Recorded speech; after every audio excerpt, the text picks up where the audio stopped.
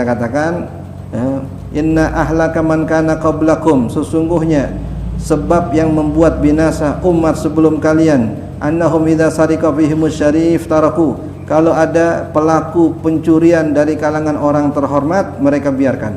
Wa idza sarika fihimud dhaif aqamu 'alil had, ketika yang mencuri orang yang hina mereka tegakkan hukum.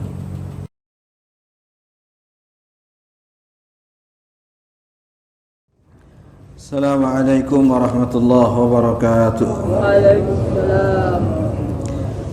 Alhamdulillahi rabbil alamin, wa bihi nasta'inu ala umuri dunya waddin. Assalatu wassalamu ala ashrafil anbiya'i wal mursalin, sayyidina wa maulana Muhammadin wa ala alihi wa sahbihi ajma'in, wa ba'd. Fa inna asdaqal hadisi kitabullah wa khairal hadi hadi sayyidina Muhammadin sallallahu alaihi wasallam, wa syarral umuri muhdatsatuha wa kullu muhdatsatin bid'ah wa kullu bid'atin dhalalah wa kullu dhalalatin finnar, atau kama qala Nabi sallallahu alaihi wa alihi wasallam. Ma'asyiral muslimin, hadirin para asatiz, para hujjaj, jamaah dimuliakan Allah. Alhamdulillah wa syukrulillah, malam yang mulia ini kita kembali dipertemukan Allah Subhanahu wa taala di majlis yang mulia ini dalam keadaan sehat walafiat. Melanjutkan bacaan tafsir kita halaman 208 ya. Qala Allah Ta'ala, wa man ahsanu minallahi hukman liqaumin yuqinun.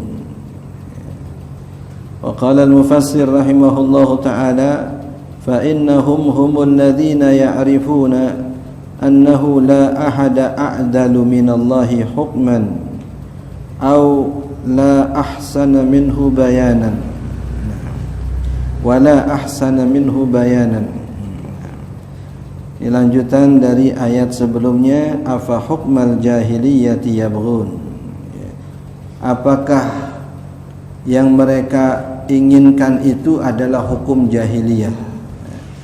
Ini sebelumnya diceritakan asbab nuzul ayat ini. Sekelompok orang-orang Yahudi Bani Quraidah dengan Bani Nadir datang kepada Rasul sallallahu alaihi wasallam karena ada pembunuhan yang dilakukan oleh kibarul qaum, tokoh masyarakat yang nasabnya terpuji, kedudukan sosialnya tinggi. Sedangkan dalam kitab Taurat hukuman zina muhsan. Sedangkan dalam kitab Taurat hukum zina muhsan, orang yang sudah pernah menikah itu hukumannya rajam sampai mati. Nah, ini mereka ingin kembali kepada hukum jahiliyah. Padahal mereka ahlul kitab, punya kitab suci, punya nabi. Nabinya Nabi Musa alaihi salam, termasuk juga Nabi Isa sebagai pembaharu dari agama Yahudi. Tapi justru mereka pengen kembali kepada hukum jahiliyah, di mana dalam hukum jahiliyah hukuman itu dibedakan berdasarkan status sosial pelakunya. Jadi kalau dia orang mulia bisa bebas dari hukum, kalau dia orang hina itu enggak bisa lepas dari hukum.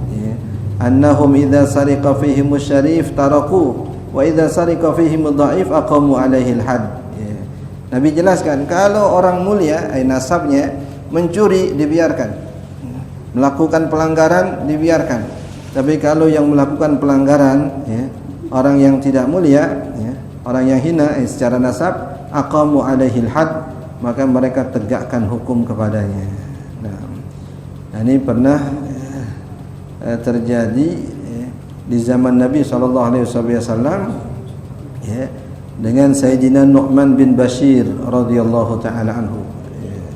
Nu'man ini anak kesayangan ayahnya yang bernama Bashir. Si Bashir punya seorang hamba sahaya, budak.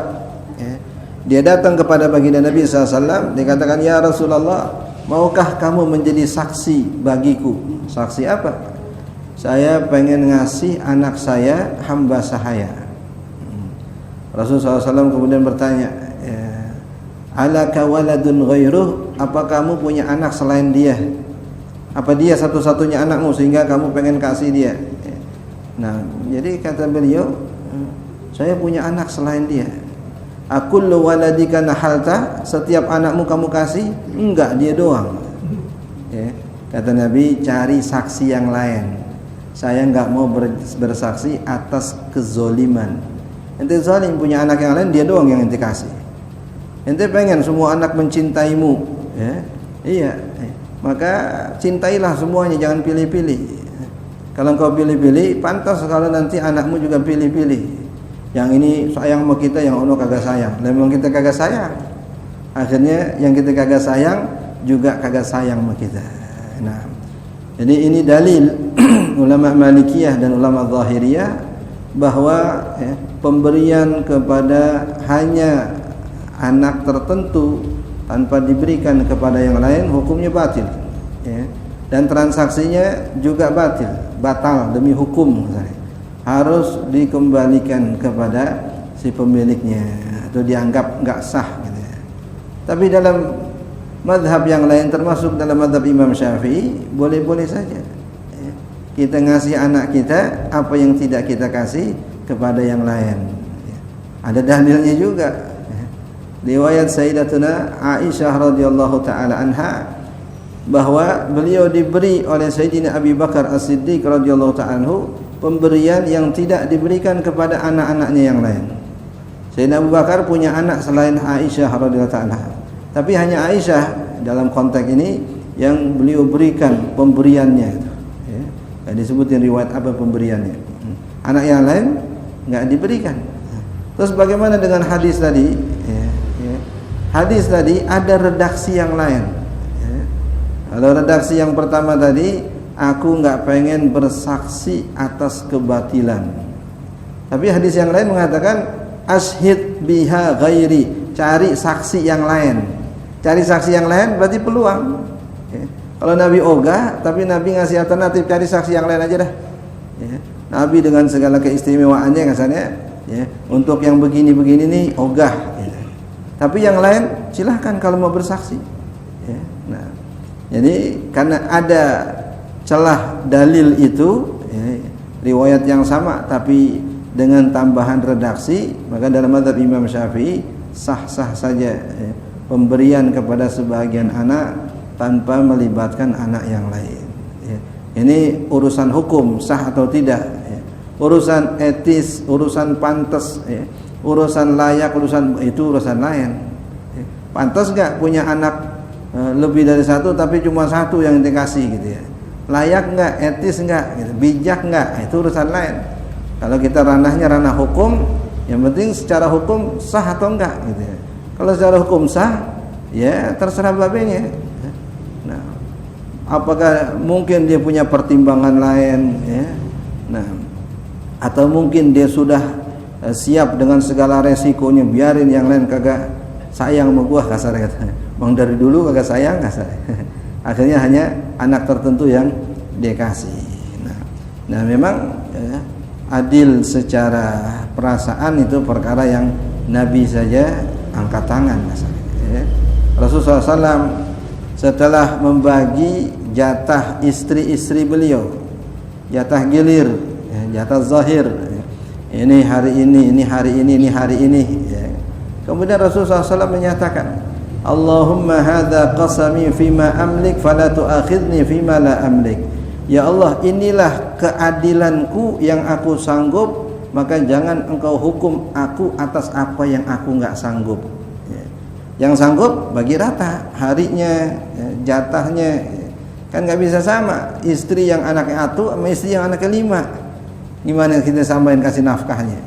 Ya. Tapi ada yang Nabi enggak sanggup itu.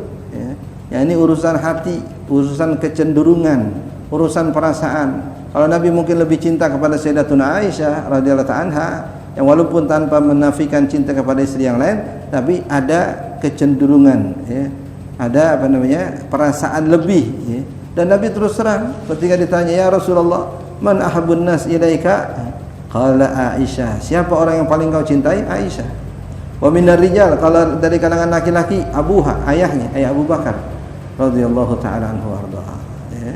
Nah, ada hadis yang lain, hadis lain riwayat Sayyidina Anas radhiyallahu anhu dikatakan, "Ya Rasulullah, ayyun nasi ahabbu ilaika?" Siapa manusia yang paling kau cintai? Nah, siapa manusia yang paling kau cintai? Nah, baik. Rasulullah SAW kemudian menjawab, Al-Hasan wal Husain.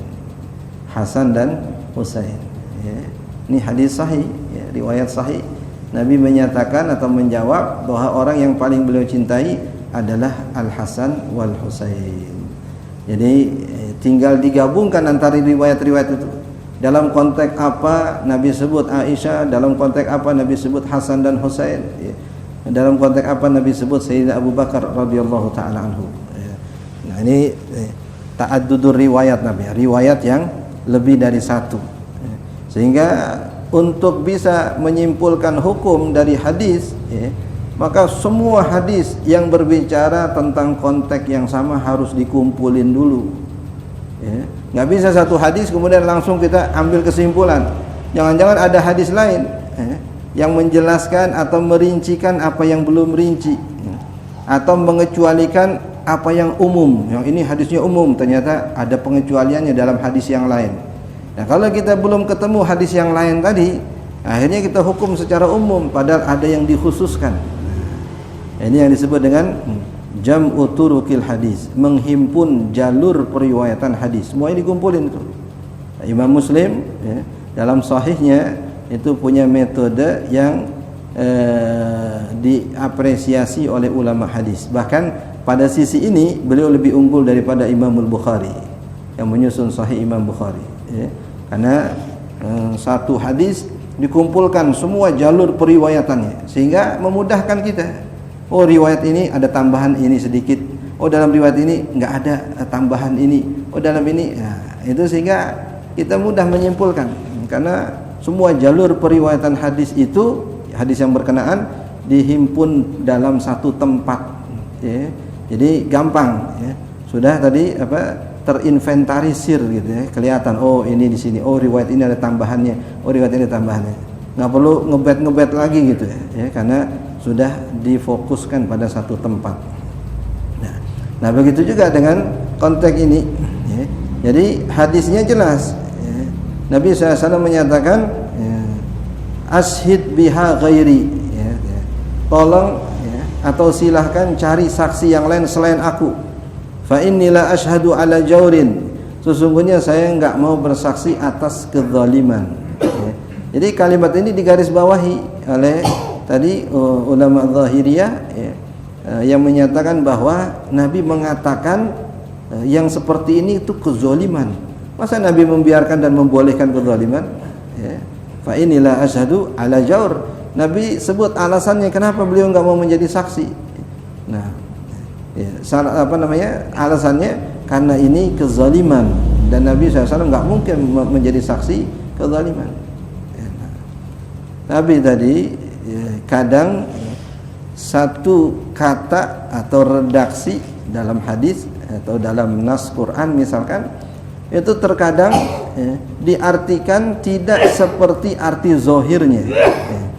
Tidak diartikan seperti arti zahir. Arti zahirnya begitu, tapi maksudnya bukan begitu. Nah, kata misalkan dalam hadis Nabi katakan, a'linun nikah wadribu 'alaiha bid-dufuf waj'aluha fil masajid. Jadi sebarluaskanlah berita pernikahan. Jadi kalau nikah jangan diam-diam, kasih tahu orang. Kemudian pukul rebana, waj'aluha fil masjid, jadikan itu di masjid. Artinya pukul rebananya secara zahir di masjid, akadnya di masjid, pukul rebananya di masjid. Tapi semua ulama hadis yang menjelaskan hadis itu menyatakan ai kharijaha, yang dimaksud sama Nabi di luar masjid, bukan di dalam masjid. Padahal hadisnya zahiri mengatakan di dalam masjid. Tapi semua ulama hadis menjelaskan maksudnya di luar masjid. Kalau kita nggak baca penjelasannya, bikin band rebana di dalam masjid kasarnya. Nah, begitu juga dengan hadis Nabi sallallahu alaihi wasallam, Rasulullah SAW meletakkan tangan kanan beliau di atas tangan kiri beliau, di atas dada beliau, di atas dada. Nah, kata ulama fikih, yang dimaksud di atas dada, di bawah dada tuh. Tadi di dalam masjid maksudnya di luar. Ini di atas dada maksudnya di bawah dada. Zahirnya di atas dada. Kalau nggak baca penjelasan ulamanya, ya di atas dada, di bawah jenggot. Tapi kata ulama fikih, ai tahta sadri, yang dimaksud di bawah di atas dada, di bawah dada. Di bawah dada, atau secara rinci dikatakan fauqa surrati wa tahta sadi, di atas pusar, di bawah payudara. Jelasan lagi tuh. Ini payudara mau laki mau perempuan sama. Di atas pusar, di bawah payudara. Ini kalau secara zahir di atas dada, ya di atas payudara, di atas ya. Tapi dirincikan, maksudnya di atas pusar, di bawah payudara. Mau di Masjidil Haram, mau di Masjid Nabawi, kayak begitu ente lihat imam-imamnya tuh. Nah, lain kalau imam di sini lain lagi. Nah, istimewa di sini bang. Nah, lebih Arab dari orang Arab kadang-kadang. Nah, hadis ini disimpulkan oleh dua dalam bahasa kita ini dua madhab atau dua pihak yang saling bertentangan secara zahirnya. Yang satu mengatakan sah pemberian pengkhususan kepada salah seorang anak kita. Pendapat yang kedua mengatakan tidak sah. Jadi ini berdasarkan hadis yang sama tapi dengan redaksi yang berbeda. Redaksi yang satu bilangnya begini, redaksi yang satu bilangnya berbeda. Nah ini diantara contoh yang oleh ulama diartikan sebagai hukum jahiliyah. Apa hukmal jahiliyah yabghun? Apakah mereka ingin menerapkan hukum jahiliyah yang membeda-bedakan pelaku? Kalau pelakunya orang terhormat, ya udah dah, diampunin aja dah, dimaafin aja dah. Kalau pelakunya rakyat biasa, oh udah tajam banget kasarnya hukum. Itu hukum jahiliyah. Dan memang berlaku di zaman jahiliyah. Bahkan pelaku perempuan dibedain sama pelaku laki-laki.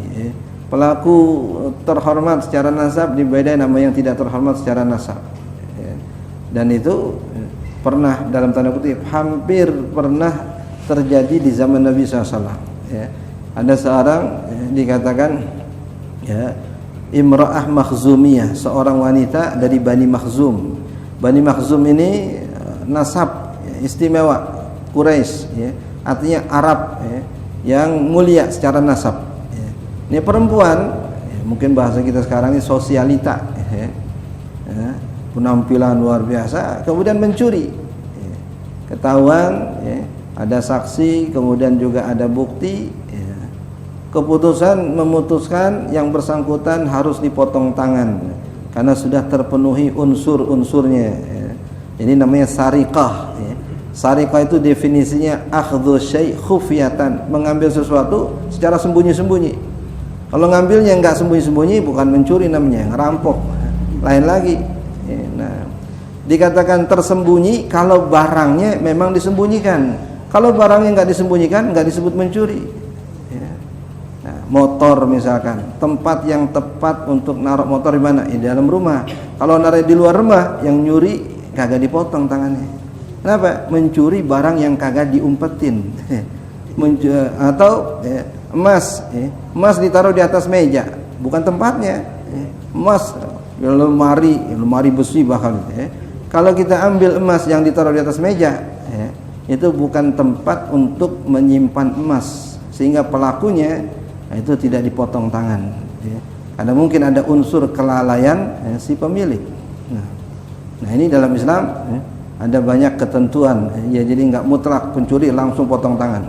Nisabnya berapa kadar barang yang dicuri? Rub'u dinar, 1/4 dinar. 1 dinarnya 4,25 gram.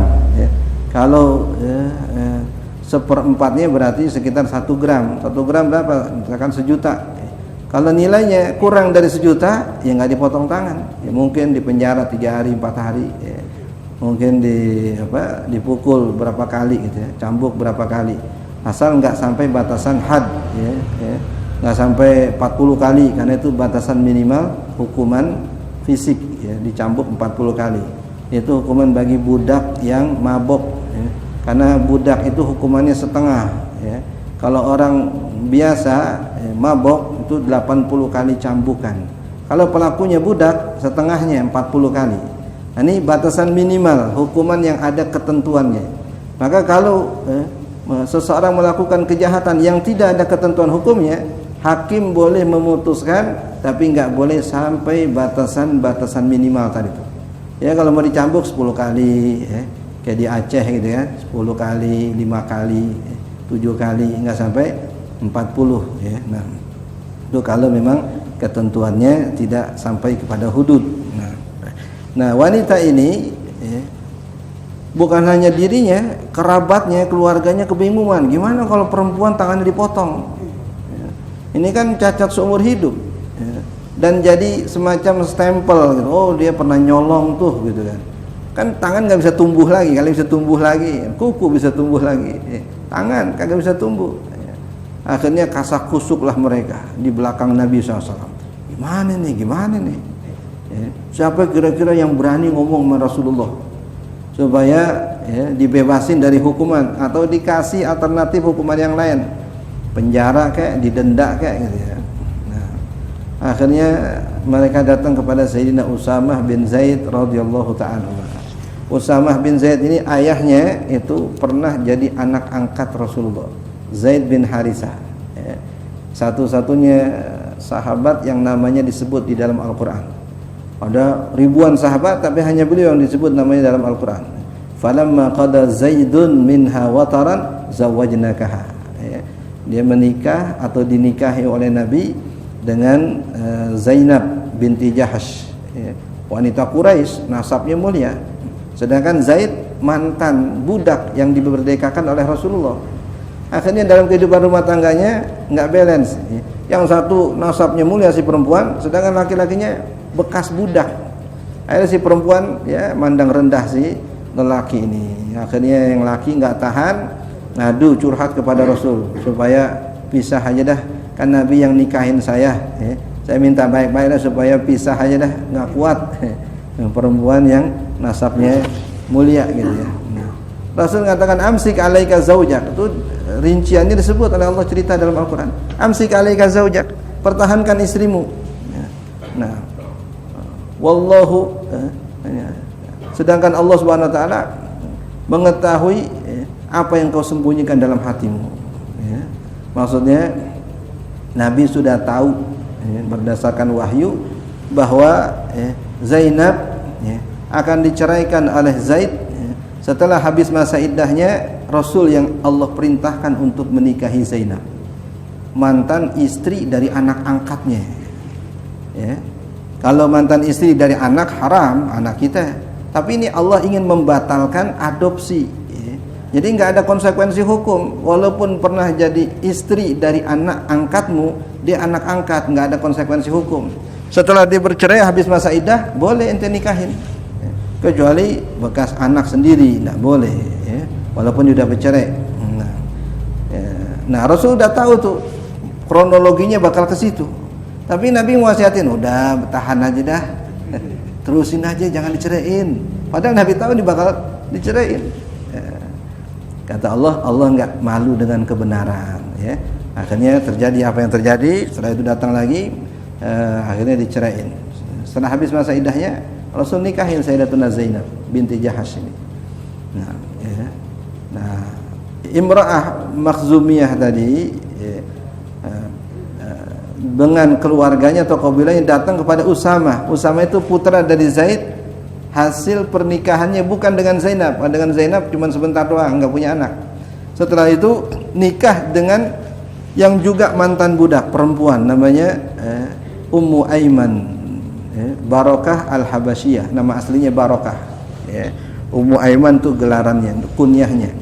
Dari Habasyah ya, berarti ya sekampung sama Sayyidina Bilal. Berarti juga ya sewarna kulit dengan Sayyidina Bilal, hitam bekas budak. Nah, Sayyidina Zaid tadi juga bekas budak, dinikahin kemudian oleh Rasulullah SAW, lahirlah Usamah bin Zaid. Ya. Nah, Ummu Aiman ini pengasuh Nabi. Setelah wafatnya Sayyidatuna Aminah, ya, Rasul diasuh oleh Ummu Aiman. Maka Nabi katakan Ummu Aiman itu ummi ba'da ummi. Ya, bahasa kitanya ibu keduaku.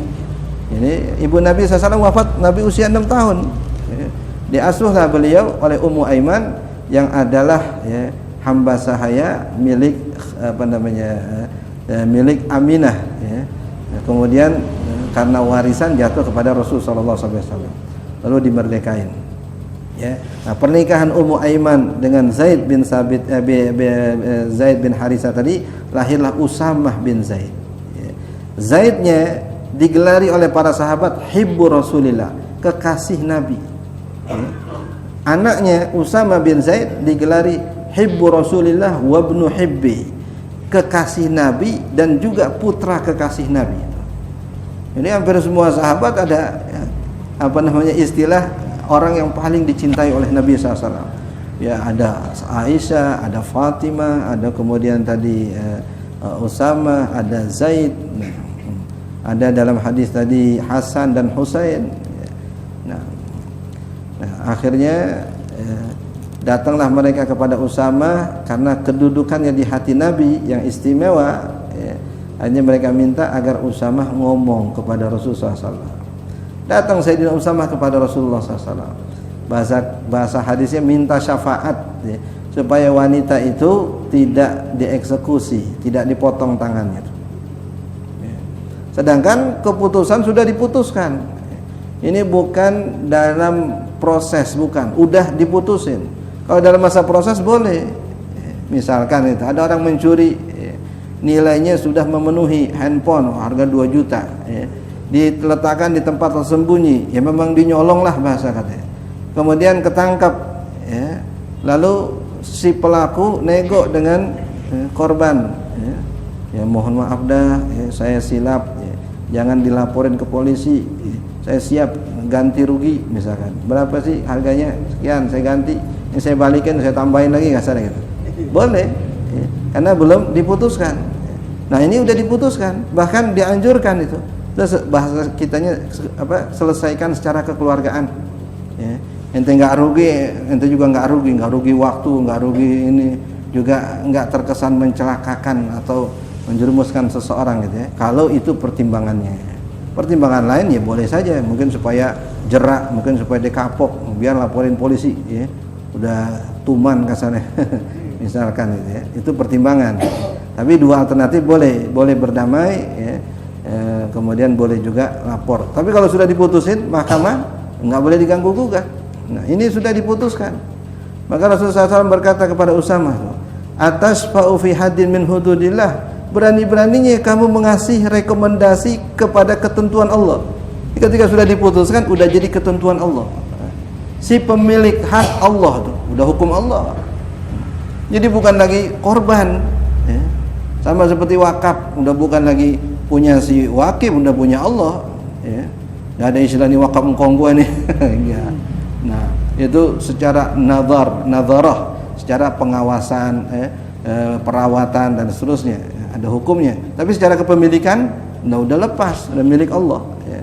Nah, ini hukum juga begitu. Ketika sudah diputuskan, udah nggak bisa lagi negosiasi, ya.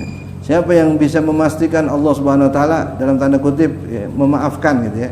Rasulullah SAW pun angkat tangan urusan yang sudah diputuskan, ya. Atas fa'u fi hadin min hududillah, ya.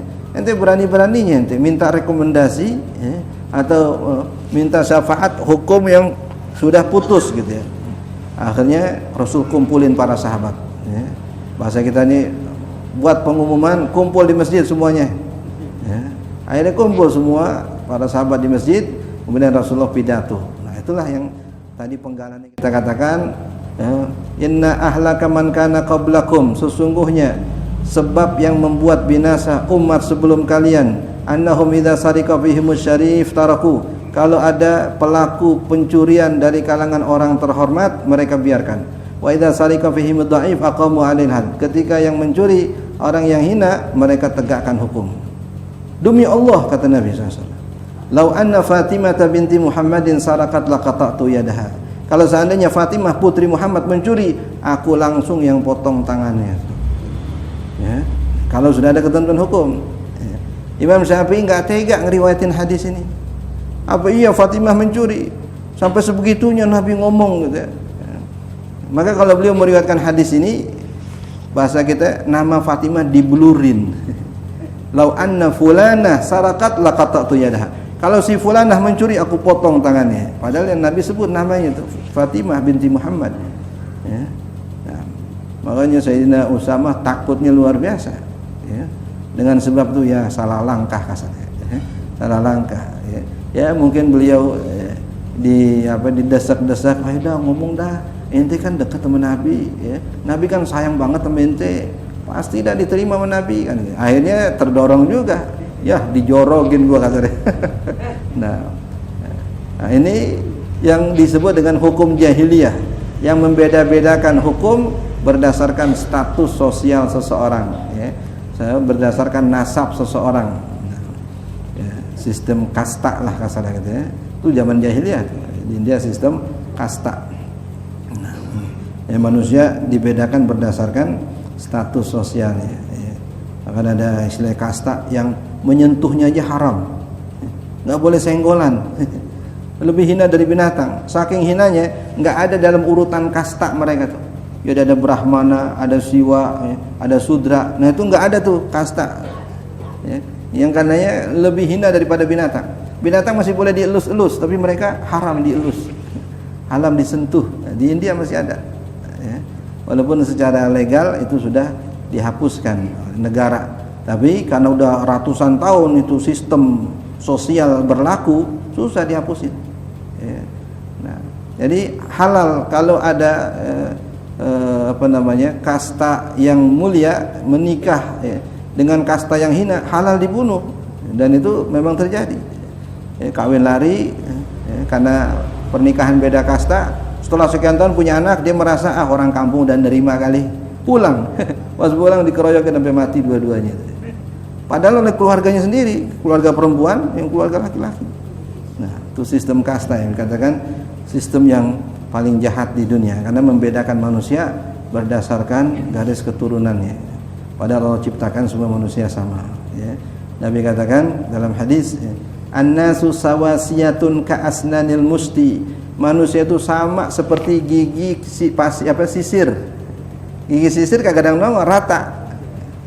Jadi dari zaman Nabi sisir ya begitu. Dan Nabi perumpamakan seperti persamaan antar manusia. An-nasu sawasiyatun ka'asnanil musti la fadla li arabiyyin ala ajami illa bittaqwa. Enggak ada kemuliaan bangsa Arab di atas bangsa selain Arab kecuali dengan takwa. La fadla li abyadha ala aswad. Yang kulitnya putih enggak punya keistimewaan atas yang kulitnya hitam kecuali dengan takwa. Nah, wala li ahmara ala aswad, dan juga yang kulit merah kasarnya ya, itu enggak hina ya dibanding dengan yang kulit putih, karena bukan berdasarkan itu ya, penilaian manusia ini berdasarkan takwa. Sedangkan yang tahu siapa yang paling takwa ya Allah Subhanahu wa taala. Ya, bukan berdasarkan warna kulit. Jadi pernyataan Allah Subhanahu wa taala, afa hukmal jahiliyah yabghun, apakah mereka mau menghidupkan kembali hukum jahiliyah? Allah udah turunkan Taurat untuk orang Yahudi, kenapa nggak dipakai tuh hukum Taurat gitu ya? Allah udah turunkan Al-Quran, ya, kenapa nggak diikutin tuh ajaran Al-Quran? Ya? Masih mau menggunakan ya, sistem hukum jahiliyah, ya? Sistem hukum Belanda lah kasar gitu. Nah ini lanjut ayat sebelumnya, sebelum kemudian Allah Subhanahu wa taala nyatakan wa man ahsanu minallahi hukman liqaumin yuqinun. Siapakah yang keputusan hukumnya lebih bagus daripada Allah, ya? Lebih adil daripada Allah, lebih bijaksana daripada Allah. Liqaumin yuqinun, ini khusus bagi orang-orang yang memiliki keyakinan. Ya, kalau punya keyakinan, artinya nggak ada fanatisme kepada golongan, fanatisme kepada keyakinan lain gitu ya. Pasti mereka menyatakan bahwa hukum Allah lah yang paling adil. hukum Allah lah yang paling baik, ya. Karena ya Allah yang menciptakan manusia, Allah yang lebih tahu apa yang menjadi maslahat buat manusia. Nah, qala wa man ahsanu minallahi hukman liqaumin yuqinun, ya. Fa innahum humul ladzina ya'rifuna. Kenapa Allah secara khusus sebut liqaumin yuqinun, untuk orang-orang yang yakin, ya. Untuk orang-orang yang beriman, ya. Karena identik keyakinan dengan keimanan. Karena merekalah yang tahu annahu la ahada a'dala minallah. Tidak ada seorang pun yang lebih adil daripada Allah. Hukman, dari segi hukumnya, ya, hukum waris, ya. Siapa di dunia yang bisa menentukan hukum waris yang lebih adil daripada ketentuan hukum Al-Quran? Semua ada alasannya, semua ada argumentasinya.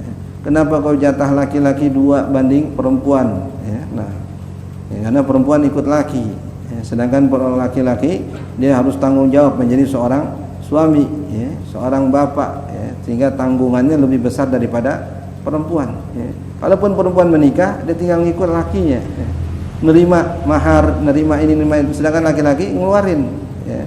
Jadi karena tanggungan hidup lebih berat laki-laki, maka hak warisnya pun juga diberikan lebih besar daripada perempuan. Nah, qala wala ahsana minhu bayanan, dan tidak ada manusia yang lebih jelas ketentuan hukumnya melebihi Allah Subhanahu wa taala.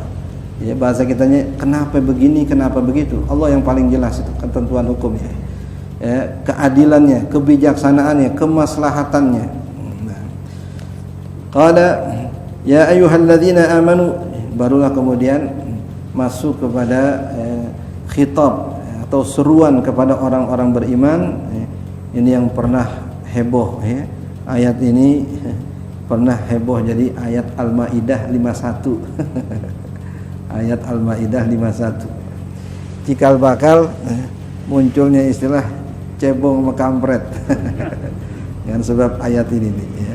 Tapi karena panjang, insyaallah nih, lanjutannya kita lanjutkan pertemuan yang akan datang. Tapi kita tambahkan penjelasan ini tentang hukum jahiliyah, yang Allah Subhanahu wa taala nyatakan di sini. 30 menit lagi azannya. Ya.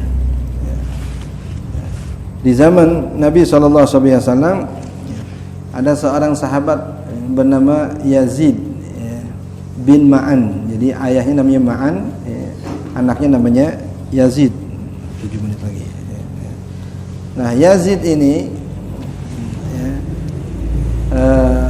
pernah melihat ayahnya datang ke masjid, kemudian ngasih orang di masjid duit.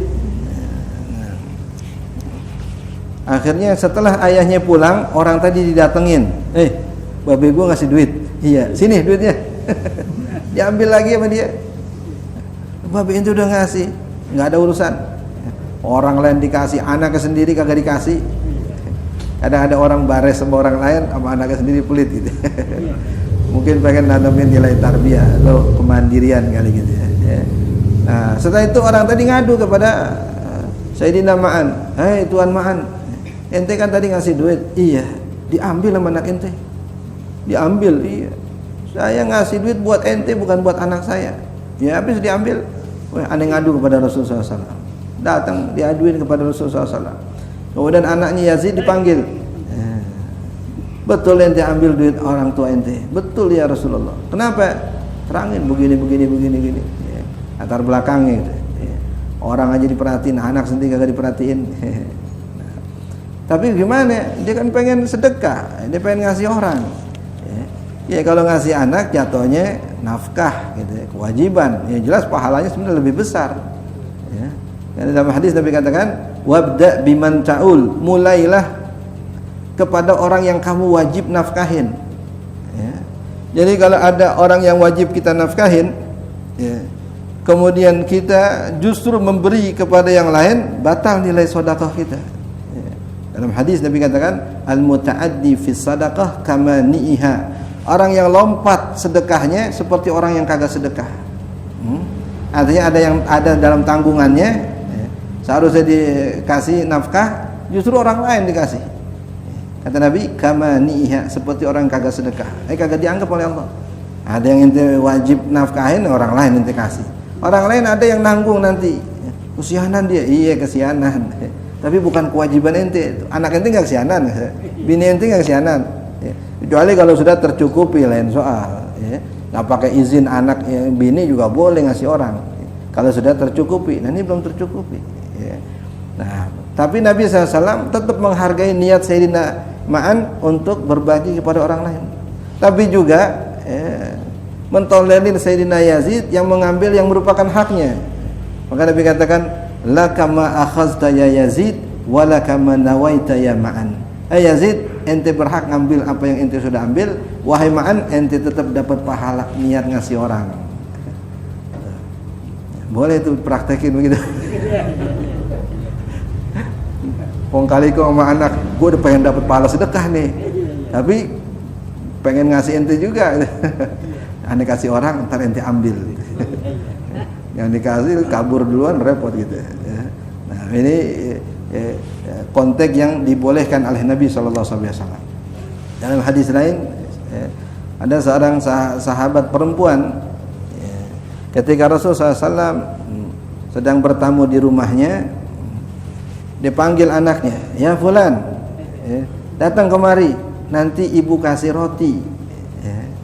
Nah, Rasul tanya, apa betul kalau anakmu datang kamu bakal kasih roti? Betul ya Rasulullah. Bukan omong kosong atau bukan bohongin, bukan.